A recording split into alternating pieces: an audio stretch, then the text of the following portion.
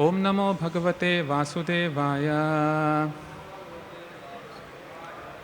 ओम नमो भगवते वासुदेवाय। ओम नमो भगवते वासुदेवाय। हरे कृष्णा। सबका स्वागत है आज के संध्याकालीन भगवत गीता सत्र में। आज हम चर्चा करेंगे भगवत गीता अध्याय 3। अध्याय का शीर्षक है कर्म योग, श्लोक संख्या 1।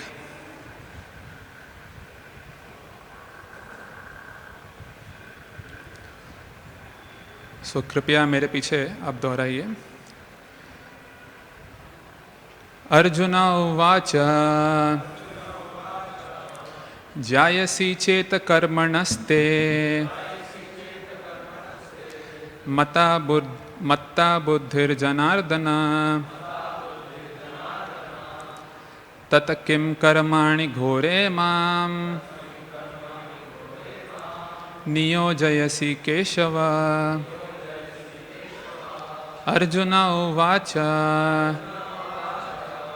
जायसी चेत कर्मणस्ते मता बुद्धिर्जनार्दन तत किं कर्माणि घोरे मां नियोजयसि केशव।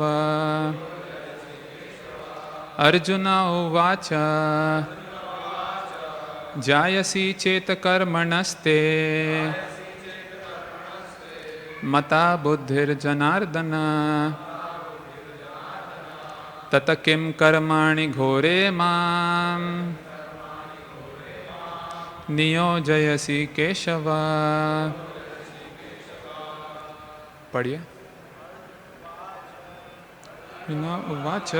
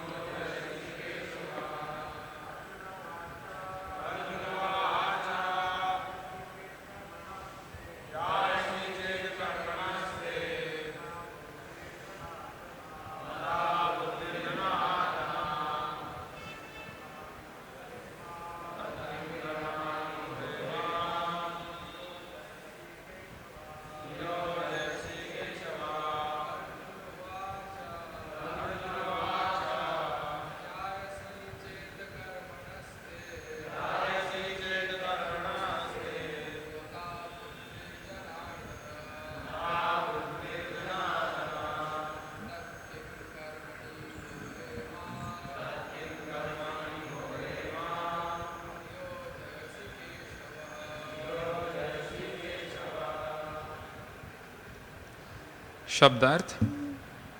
अर्जुन उवाच, अर्जुन ने कहा, जायसी श्रेष्ठ, चेत यदि, कर्मणः सकाम कर्म की अपेक्षा, ते तुम्हारे द्वारा, मता मानी जाती है,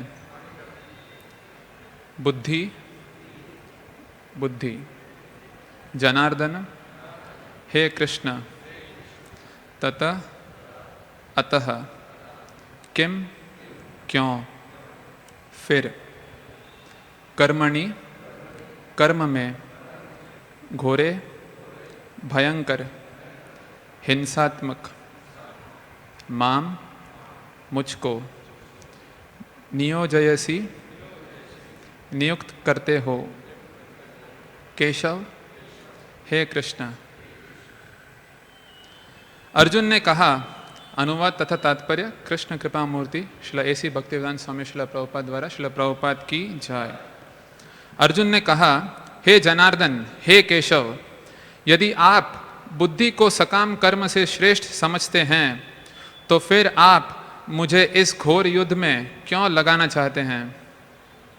तात्पर्य, श्री भगवान कृष्ण ने पिछले अध्याय में अपने घनिष्ठ मित्र अर्जुन को संसार के शोक सागर से उबारने के उद्देश्य से आत्मा के स्वरूप का विशद वर्णन किया है और आत्म साक्षात्कार के जिस मार्ग की संस्तुति की है वह है बुद्धि योग या कृष्ण भावनामृत।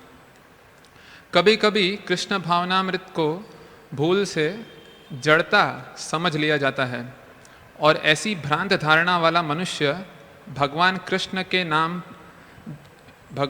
के नाम जप द्वारा पूर्णतया कृष्ण भावना भावित होने के लिए प्राय एकांत स्थान में चला जाता है।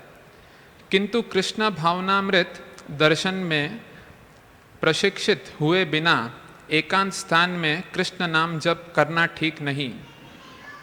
इससे अबोध जनता से केवल सस्ती प्रशंसा प्राप्त हो सकेगी। अर्जुन को भी कृष्ण भावनामृत या बुद्धि योग ऐसा लगा मानो वह सक्रिय जीवन से संन्यास लेकर एकांत स्थान में तपस्या का अभ्यास हो। दूसरे शब्दों में वह कृष्ण भावनामृत को बहाना बनाकर चातुरी पूर्वक युद्ध से जी चुड़ाना चाहता था। किंतु एकनिष्ठ शिष्य होने के नाते उसने यह बात अपने गुरु के समक्ष रखी और कृष्ण से सर्वोत्तम कार्य विधि के विषय में प्रश्न किया। उत्तर में भगवान ने तृतीय अध्याय में कर्म योग अर्थात कृष्ण भावना भावित कर्म की विस्तृत व्याख्या की। ओम अज्ञानतिमिरन्धस्य ज्ञानाञ्जनशलाकया चक्षुरुन्मीलितं येन तस्मै श्रीगुरवे नमः। श्रीचैतन्यमनोभीष्टं स्थापितं येन भूतले स्वयं रूप कदा मह्यं ददाति स्वपदान्तिकं। वन्देऽहं श्रीगुरोः श्रीयुतापदकमलं श्रीगुरुन् वैष्णवांश्च श्रीरूपं साग्रजातं सहगना रघुनाथान्वितं तं सजीवं साद्वैतं सावधूतं परिजनसहितं कृष्णचैतन्यदेवं श्रीराधा कृष्णपादान् सहगणा ललिता श्रीविशाखान्वितांश्च। नमः ओं विष्णुपादाय कृष्णपृष्ठाय भूतले श्रीमते भक्तिवेदांत स्वामिनिति नामिने। नमस्ते सारस्वते देवे गौरवाणी प्रचारिणे निर्विशेष शून्यवादी पाश्चात्यदेशतारिणे। नमो महावदन्याय कृष्णप्रेमप्रदायते कृष्णाय कृष्णचैतन्य नाम्ने गौरतुषे नमः। हे कृष्ण करुणा सिंधु दीनबंधु जगत्पते गोपेश गोपिका कांत राधा कांत नमोस्तुते।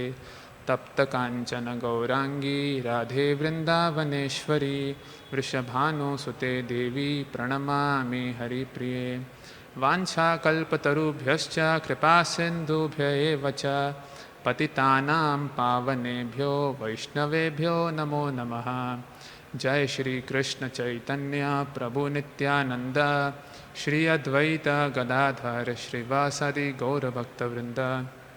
हरे कृष्णा कृष्ण कृष्ण हरे हरे हरे राम राम राम हरे हरे।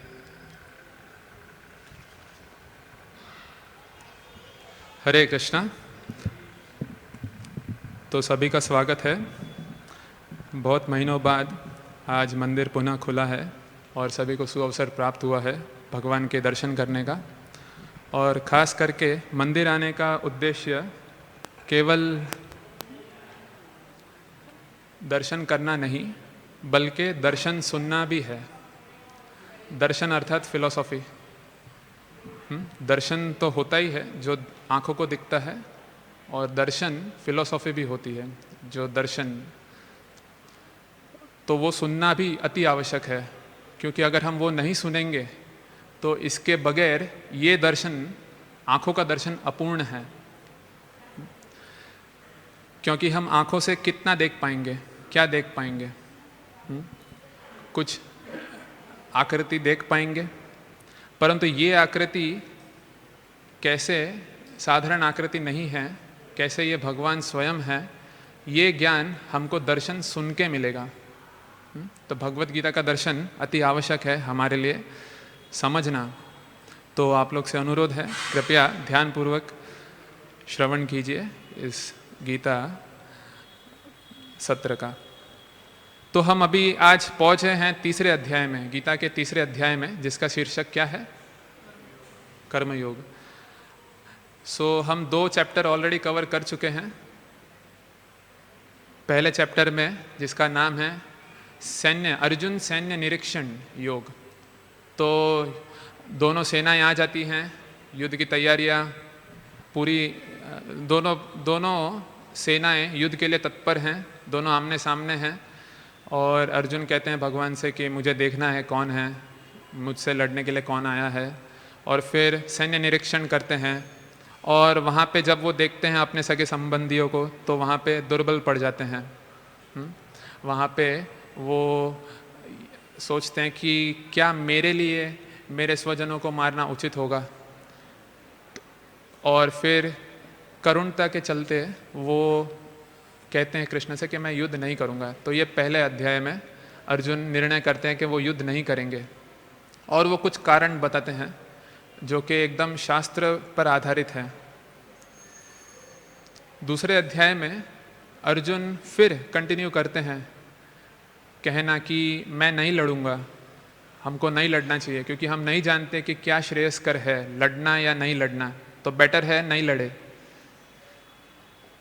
पर अर्जुन का समाधान होता नहीं है, अर्जुन समाधान को प्राप्त नहीं करते, वो अपना तर्क चालू रखते हैं, मानसिक तर्क चालू रखते हैं, वो सोचते हैं कि क्या बेटर है, परंतु समाधान नहीं मिलता उनको।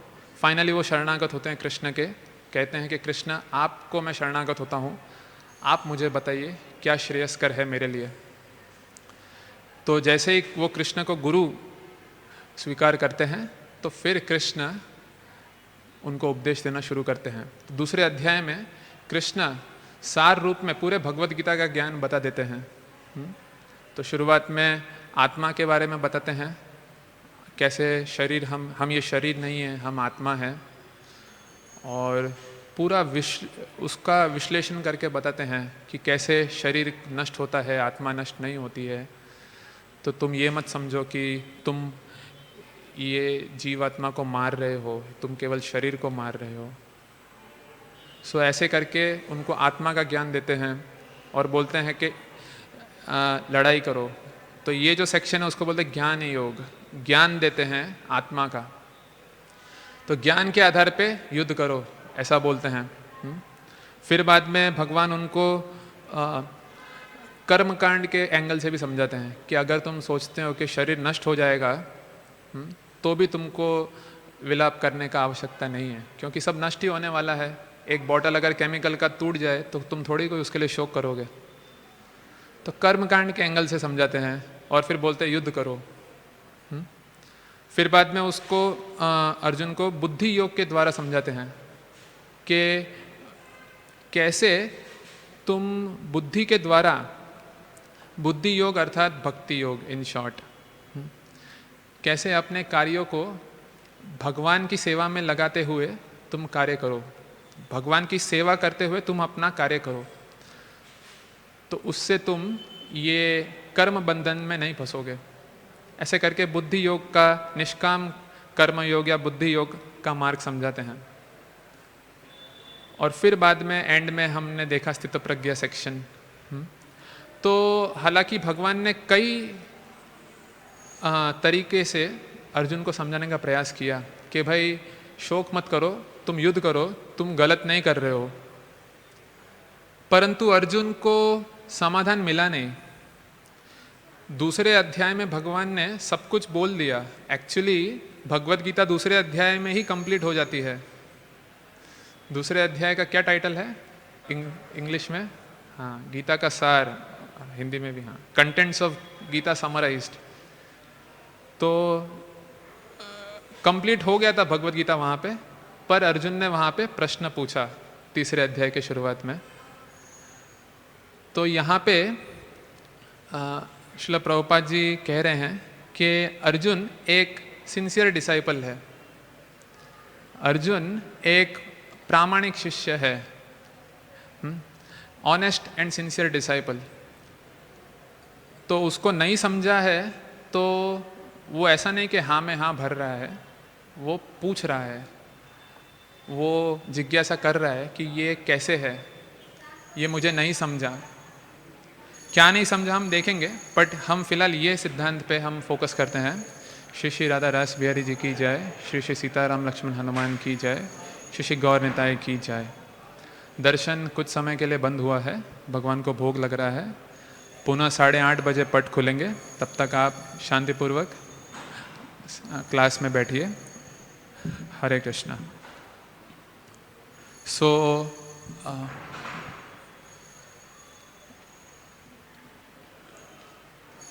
ये प्रिंसिपल पे हम फोकस करेंगे कि जो भगवत गीता का जो दर्शन है, जो भगवत गीता का जो ज्ञान है, वो हमको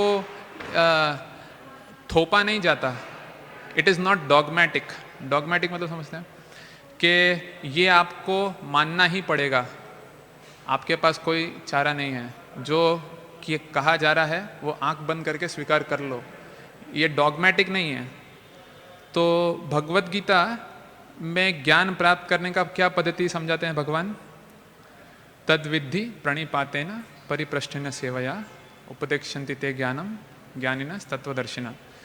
तो प्रभुपाद जी का इसी श्लोक पे लेक्चर भी है दिसंबर 20, 68 में। सो उसमें प्रभुपाद जी समझाते हैं कि ज्ञान कैसे प्राप्त किया जाता है। पहले सरेंडर किया जाता है, पहले शरणागति ली जाती है गुरु की, गुरु के पास जाना है। पहले तो क्या होता है, बहुत लोग समझते हैं कि मैं किसी के अधीन क्यों जाऊं, मैं गुरु क्यों स्वीकार करूं, मैं अपने आप से सीख लूँगा ना। और आजकल तो और भी प्रचलन है, आईटी का ज़माना है, सब गूगल करते हैं। हाँ, कुछ भी चाहिए आपको, विकिपीडिया है, गूगल है, और आजकल यूट्यूब है ना।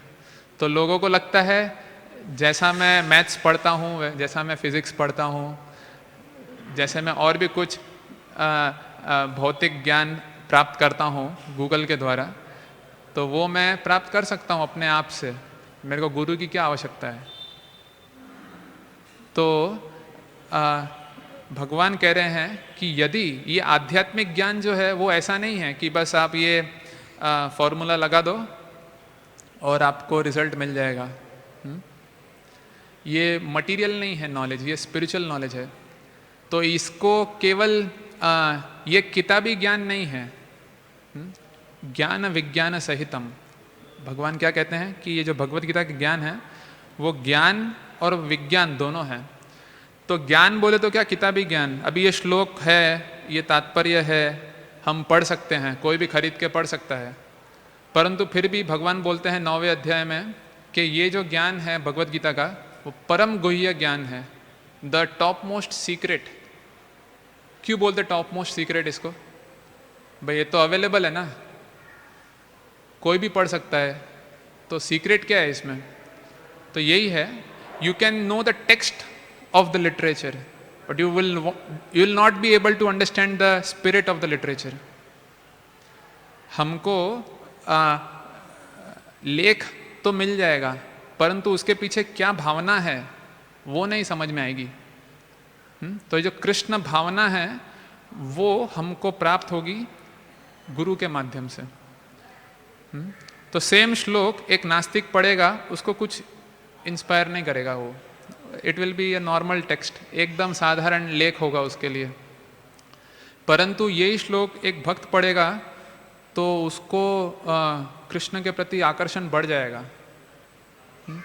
तो ऐसा क्यों होता है? जब हम प्रामाणिक परंपरा में ज्ञान प्राप्त करते हैं तब हमको ये इफेक्ट देखने मिलता है, नहीं तो नास्तिक लोग इसको सह नहीं पाते। हम देखेंगे, एक उदाहरण देखेंगे इसका। नास्तिक लोग को लगता है ये क्या है, तुम्हारी इस्कॉन की भगवत गीता सब जगह भक्ति भक्ति भक्ति, शुरू से लेके एंड में भक्ति भक्ति भक्ति सब जगह, हाँ ये क्या है ये? तो हम देखेंगे यही श्लोक में ये अर्जुन को ये कंफ्यूजन क्यों हुआ। अर्जुन क्या कह रहा है यहाँ पे कि जायसी चेत कर्मणस्ते, भगवान आप बोल रहे हो कि बुद्धि ज़्यादा श्रेष्ठ है,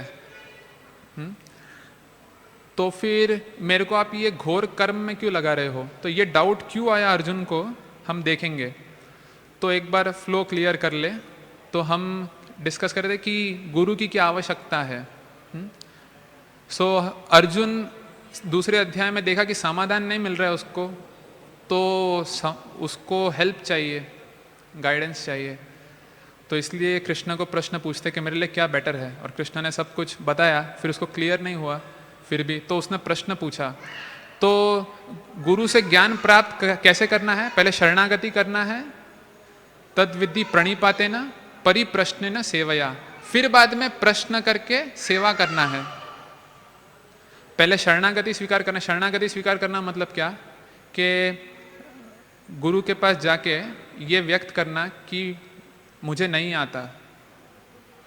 हमको क्या अहंकार होता है कि मुझे आता है, और जब हम ये सोचते हैं कि मुझे आता है तो ब्लॉक, वो ज्ञान हमारे अंदर घुसता ही नहीं।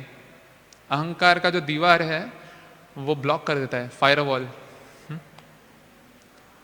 तो पहले तो सरेंडर करना है कि मैं नहीं जानता, आपसे सीखना चाहता हूं, आप सिखाओ। फिर बाद में जब गुरु ज्ञान दे रहा है तो ऐसे नहीं कि आपको प्रश्न पूछने का अधिकार नहीं है। साधारणतया प्रायः इस्कॉन के बाहर देखा जाता है कि आध्यात्मिक कुछ सत्संग हो तो उसमें क्या होता है, बस खाली प्रवचन करता कुछ प्रवचन दे देंगे और सब आज के आनंद की जय बोल के चले जाएंगे, है ना। पर श्रील प्रभुपाद जी ने ये स्थापित किया, क्वेश्चन आंसर, कोई प्रश्न है क्या? तो प्रवचन के बाद पूछते थे प्रभुपाद, एनी क्वेश्चन, कुछ प्रश्न है आपकी? तो प्रश्न पूछने का अधिकार है हमको। अगर हमको नहीं समझ में आया तो प्रश्न पूछिए, परंतु विदाउट सर्विस, परिप्रश्न सेवया, बिना सेवा के, बिना सेवा भाव के जो हम प्रश्न पूछते हैं उसका कोई वैल्यू नहीं। तो प्रश्न पूछ के उसको अमल करना। प्रश्न क्यों पूछते हैं? सीखने के लिए, ऐसा नहीं कि चैलेंज करने के लिए। तो हम प्रश्न पूछ सकते हैं पर नम्र भाव में, सीखने के लिए। और सेवा जब तक नहीं करेंगे तब तक वो जो ज्ञान है वो उतरेगा नहीं, रियलाइज नहीं कर पाएंगे हम। तो ये है तरीका ज्ञान प्राप्त करने का। तद विद्धि प्रणिपातेन परिप्रश्नेन सेवया उपदेक्षन्ति ते ज्ञानम ज्ञानिनस् तत्वदर्शिना। तो जो ज्ञानी है, जो तत्वदर्शी व्यक्ति है, जो वास्तव में सत्य को जानता है, वो तुमको ज्ञान दे सकता है, क्योंकि उसने सत्य देखा है। जो सत्य नहीं देखा है वो क्या देगा ज्ञान? तो इसके लिए हमको चाहिए कि हम प्रामाणिक गुरु के पास जाए। प्रामाणिक गुरु कौन है? जो परंपरा में आते हैं। सो परंपरा क्या है? कृष्ण ज्ञान देते हैं। 4 परंपरा के बारे में हम जानते हैं। भगवत गीता के इंट्रोडक्शन के एंड में जो लिस्ट दिया गया है, कृष्ण ज्ञान देते हैं ब्रह्मा को, ब्रह्मा ज्ञान देते हैं नारद मुनि को, नारद मुनि ज्ञान देते हैं व्यासदेव को, फिर मध्वाचार्य। ऐसे करते करते श्रील प्रभुपाद द्वारा हम ये ज्ञान प्राप्त करते हैं। सो ये ज्ञान का वैल्यू है।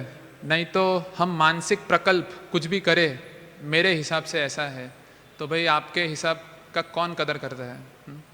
आप कुछ मानते हैं, आप कुछ मानते हैं, आप कुछ मानते हैं। तो ऐसा अगर 500 लोगों का मत लिया जाए तो 500 अलग अलग मत निकलेंगे, किसको पालन करूं मैं? तो भगवान के मत को पालन करना है। तो जैसा भगवान ने, जैसे अर्जुन ने सीखा है वैसे हमको सीखना है। किसी के उसमें जो किसी का दूसरे का मत हमको नहीं चाहिए। सो अर्जुन जब प्रश्न पूछे, अभी अर्जुन को यहाँ पे क्या कंफ्यूजन हुआ कि हे जनार्दन, हे केशव, यदि आप बुद्धि को सकाम कर्म से श्रेष्ठ समझते हैं तो फिर आप मुझे इस घोर युद्ध में क्यों लगाना चाहते हैं? दूसरे अध्याय में 49th श्लोक में लगाएंगे, भगवान ने ये श्लोक कहा, दूरेण ही अवरम कर्म बुद्धि योगा धनंजय बुधौ शरणम अनविच्छा कृपणा फल हेतवा। तो इस श्लोक में भगवान बोलते हैं कि इसका अनुवाद पढ़ता हूं। हे धनंजय, भक्ति के द्वारा समस्त गर्हित कर्मों से दूर रहो और उसी भाव से भगवान की शरण ग्रहण करो। जो व्यक्ति अपने सकाम कर्म फलों को भोगना चाहते हैं वे कृपण हैं। तो भगवान क्या कहे कि दूरे नहीं अवरम कर्म बुद्धि योगा धनंजय। तो इसमें भगवान शब्द प्रयोग करते हैं बुद्धि योग। बुद्धि योग के द्वारा तुम गर्हित कर्मों को दूर रखो, गर्हित कर्मों से बचो। तो यहाँ पे भगवान कहते हैं कि जो गलत काम है, जो कि घोर कर्म है, उससे तुम बचो। किसके द्वारा? बुद्धि योग के द्वारा। अर्जुन यहाँ पे कंफ्यूज हो गए। अर्जुन को लगा कि मतलब इसका मतलब क्या हुआ कि गर्हित कर्म जो है, गलत कार्य जो है, घोर कर्म जो है, जैसे ये युद्ध हो गया, इसको दूर रखना चाहिए, इससे बचना चाहिए बुद्धि योग के द्वारा। तो फिर अर्जुन बोलता है फिर आप मेरे को युद्ध करने क्यों बोल रहे हो? जब मेरे को ये घोर कर्म से बचना चाहिए तो आप मेरे को घोर कर्म में क्यों लगा रहे हो? हाँ, तो अर्जुन को लगा कि ये जो बुद्धि योग है इसका मतलब क्या है? संन्यास ले लेना, कर्म से मुक्त हो जाना और एकांत में भजन करना। अर्जुन को लगा ये है बुद्धि योग। परंतु प्रभुपाद जी यहाँ पे क्या ट्रांसलेशन करते हैं? हे धनंजय, भक्ति के द्वारा समस्त गर्हित कर्मों से दूर रहो और उसी भाव से भगवान की शरण ग्रहण करो। तो शाब्दिक दृष्टि से देखा जाए तो इसमें दूरे नहीं अवरम कर्म बुद्धि योगा धनंजय बुधौ शरणम अनविच्छा कृपणा फल हेतवा। कहाँ पे आया भक्ति? इसमें नहीं आया, पर बुद्धि योग आया। पर आचार्यगण बताते हैं कि ये बुद्धि योग मतलब क्या है? बुद्धि योग मतलब भक्ति योग है। कैसे? तो हम भगवत गीता के आधार पे ये समझते हैं। हम कोई हमारा मानसिक प्रकल्प नहीं रख रहे हैं यहाँ पे। तो यहाँ पे श्रील प्रभुपाद जी समझा रहे हैं, वो एग्जैक्टली परंपरा में समझा रहे हैं। सो भगवान श्री कृष्ण ही ये पूरे अध्याय जो तीसरा चैप्टर है उसमें पूरे प्रूव करेंगे भगवान कि कैसे भक्ति ही वास्तविक बुद्धि योग है। कर्म योग इक्वल टू भक्ति योग इक्वल टू बुद्धि योग इक्वल टू भक्ति योग इक्वल टू कर्म योग। भगवान करेंगे प्रूव थर्ड चैप्टर में। और हम देखते हैं भगवत गीता के शुरुआत में, मध्य में, अंत में भगवान इस पॉइंट को रखते हैं बारंबार। 10th चैप्टर में वो श्लोक आता है ना, ददामि बुद्धि योगम तम तेषाम सतत युक्तानां भजताम प्रीतिपूर्वकम ददामि बुद्धि योगम तम येन माम उपयन्ति ते। तो जो 10वां अध्याय है वो भक्ति योग के ऊपर है। और उसमें भगवान क्या बोलते हैं कि तेषाम सतत युक्तानाम, जो हमेशा मेरी भक्ति में रत है। हाँ, तेषाम सतत, सतत मतलब ऑलवेज, हमेशा, हमेशा जो मेरे सेवा में लगा हुआ है उसको मैं क्या करता हूँ? ददामी बुद्धि योगम तम ये न माम उपयन्ति ते। उसको मैं बुद्धि देता हूँ, उसको मैं बुद्धि योग देता हूँ, उसको मैं ये समझ देता हूँ कि भाई ये बुद्धि योग क्या है? भक्ति योग है ना। तो असुर लोग को बहुत जलन होती है कि क्या है तुम लोग हर जगह भगवत गीता में भक्ति डाल देते हो। तो हम क्या करें भाई? भगवान बोल रहे हैं, भगवान बोल रहे हैं कि तुमको ये बात समझ में नहीं आएगी, असुर लोग को ये बात समझ में नहीं आएगी। केवल जो तेषाम सतत युक्ता नाम, जो हमेशा लगा हुआ है कृष्ण की सेवा में, भजताम प्रीतिपूर्वकम, प्रीतिपूर्वक भगवान की सेवा में लगा हुआ है, ददामी बुद्धि योगम तम, उसको मैं बुद्धि योग देता हूँ, उसको मैं ये समझ देता हूँ, ये नमाम उपयन्ति ते, ताकि वो समझ पाए इसका सार क्या है और वो मेरे पास आ पाए, है ना। और भगवत गीता के अंत में भगवान क्या बोलते हैं सर्वधर्मान् परित्यज्य माम एकम शरणम व्रज अहम त्वाम सर्व पापेभ्यो मोक्षयिष्यामि मा शुचः। तो कंक्लूजन, शुरुआत में, मध्य में, अंत में भगवान यही बात बारंबार बोल रहे हैं कि भाई फाइनली भगवान बोल रहे हैं सब कुछ छोड़ो, तुम्हारा जो भी मानसिक धर्म है ना तुम छोड़ो साइड में, मेरी शरण में आओ, मैं तुमको बचा लूंगा। Just take shelter of me, just surrender unto me, केवल मेरी शरणागत करो। सो जब भगवत गीता का सार ये है कि कृष्ण का भक्ति करना है, तो the goal of reading Bhagavad Gita is what? To surrender to Krishna. Bhagavad Gita पढ़ने का गोल क्या है? कृष्ण की शरणागति करना। तो भगवत गीता का हर श्लोक उसी को इंगित करता है ना। तो असुर लोग को वो हजम नहीं होता, उनको क्या चाहिए? उनको वो प्रभुपाद बोलते हैं, अच्छा वर्ड बोलते हैं, आर्म चेयर स्पेक्युलेटर्स। उनको क्या करना है? कुर्सी, आराम कुर्सी होती है ना झूलने वाली, उस पर बैठ के टाइम पास करना है।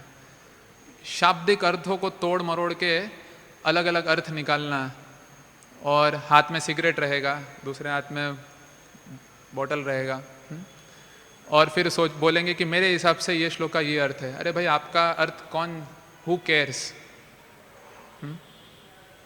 तो प्रभुपाद बोलते हैं, हाँ तो अभी आएगा। सो अर्जुन को ये लगा था, ये कंफ्यूजन इसलिए आया क्योंकि अर्जुन को लगा कि बुद्धि योग मतलब सन्यास ले लेना। परंतु ये अध्याय में भगवान प्रूव करेंगे कि ऐसा जो सोच है कि भाई सन्यास ले लेंगे, कर्मों से मुक्ति पा लेंगे, तो हम कर्मों के फल से बच जाएंगे, है ना। द लॉ ऑफ नेचर क्या है? प्रकृति का क्या नियम है? हम जैसा करेंगे वैसा फल मिलेगा हमको। As you sow so shall you reap. So आप कुछ पुण्य कर्म करो तो अच्छा फल मिलेगा, कुछ पाप कृत्य करो तो बुरा फल मिलेगा। सो ये लॉ है। परंतु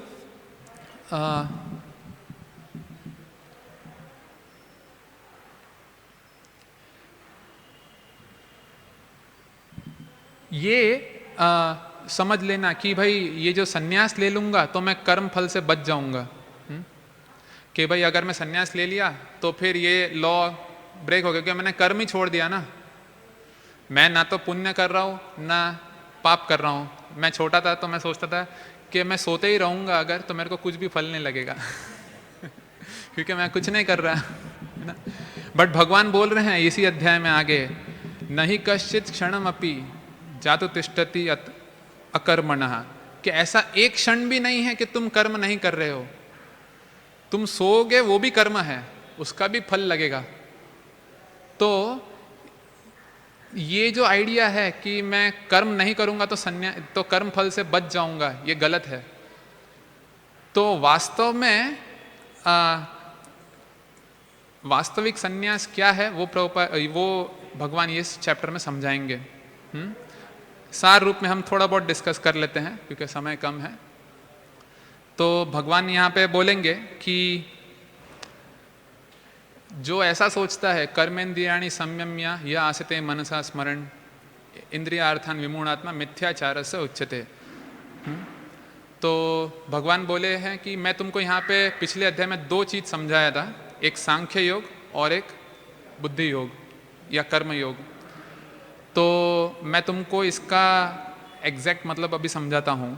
भगवान बोले और बोले कि जो ऐसा सोचता है कि मैं कर्म नहीं करूँगा परंतु उसका मन उधर ही है, कर्मेंद्रियाणि संयम्य, अपने कर्म इंद्रियों को, आँखों को, नाक को, जिह्वा को नहीं लगा रहा है वो कर्मों में, परंतु उसका मन उधर ही है, उसका मन उधर ही है, मन शुद्ध नहीं हुआ अभी तक। तो क्या है? भगवान बोलते ये मिथ्याचार है। This is simply a false imitation, it is a farce, धोखा है ये। तो ऐसे करने से ज़्यादा श्रेष्ठ क्या है? ऐसे करने से ज़्यादा श्रेष्ठ है कि आपको कर्म करने का प्रवृत्ति है, व्यक्ति को कर्म करने का प्रवृत्ति है, कि मेरे को कुछ करना है, मेरे को ये करना अच्छा लगता है, तो कर्म करिए, पर उसको कर्म योग बनाइए। कर्म करते रहेंगे केवल तो क्या होगा, लोग क्या समझते हैं कि भगवत गीता का सार मेरे को मालूम है, वो कर्मण्य एवाधिकारस्ते श्लोक बोल देंगे और बोलेंगे कि वर्क इज वर्शिप, और बोलेंगे काम करते जाओ, यही है भगवत गीता का सार, है ना, सुना होगा आपने भी, है ना। तो ऐसा अगर होता तो फिर सबसे बड़ा पुजारी कौन होता? ये कह रहे गधा, सबसे ज्यादा मजूरी वही करता है ना। तो हाँ, तो ऐसा नहीं है कि आप कुछ भी करो, वर्क इज नॉट वर्शिप, ये बाहर पॉपुलर है ना। सामान्यतः ये सोचते हैं लोग work is worship. No no, it is erratic, this is wrong. ऐसा नहीं है। Work will be worship when it is done for Krishna. कर्म करना तो है, कर्म करने को छोड़ना, कर्म छोड़ने को नहीं बोल रहे हैं भगवान। भगवान बोल रहे हैं कर्म करो, पर किसके लिए करो? यज्ञार्थात कर्मणो अन्यत्र। किसके लिए कर रहे हैं कर्म, वो इंपॉर्टेंट है। अपने लिए कर रहे हैं या भगवान के लिए कर रहे हैं? तो अर्जुन कौन है? अर्जुन कोई सन्यासी है? नहीं, अर्जुन गृहस्थ है। और वो तो योद्धा है। तो अर्जुन को भगवान नहीं बोल रहे कि ये सब छोड़ो और तुम जंगल में जाके बैठो, हिमालय में जाओ। तो अर्जुन को बोल रहे हैं कि नहीं, तुम युद्ध करो, तुम्हारा कार्य करो, कर्म करो, कर्तव्य करो, पर किसके लिए करो वो तुम समझ लो। तो कर्म किसके लिए करेंगे हम? भगवान के लिए करेंगे। तो अर्जुन युद्ध किए, दुर्योधन भी युद्ध किए, पर दुर्योधन का क्या हेतु था? मेरे को साम्राज्य चाहिए, उसके खुद के लिए वो युद्ध किया, है ना। तो वो निंदनीय है। तो हम भी हमारे जीवन में हमारा कार्य करेंगे भगवान के लिए, तो वो भक्ति बन जाएगा, और हम शुद्ध हो जाएंगे, धीरे धीरे शुद्ध हो जाएंगे। और ये करने का सबसे प्रैक्टिकल तरीका क्या है? हमको ये हमारे कार्य को शुद्ध करना है, तो क्या करना होगा? कार्य भगवान के लिए करने होंगे, और साथ ही साथ भगवान ने जो कहा है उसका पालन करना होगा, जिसमें कि भगवान कहते हैं सबसे पावरफुल तरीका भगवान से जुड़ने का क्या है? भगवान का दिव्य नाम का उच्चारण करना।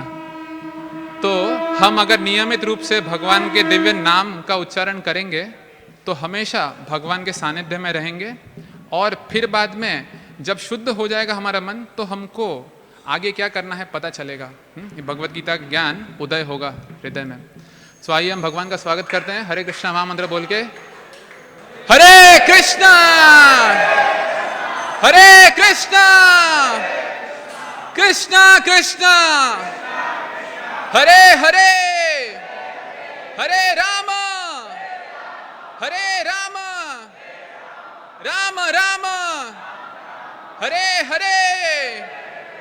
श्री श्री राधा रास बिहारी जी की जय, श्री श्री सीताराम लक्ष्मण हनुमान की जय, श्री श्री गौर निताय की जय, श्रीला प्रभुपाद की जय, अनंत कोटि वैष्णव वृंद की जय, भगवत वाणी श्रीमद् भगवत गीता की जय। निताय गौर प्रेमानंदे, हरि हरि बोल।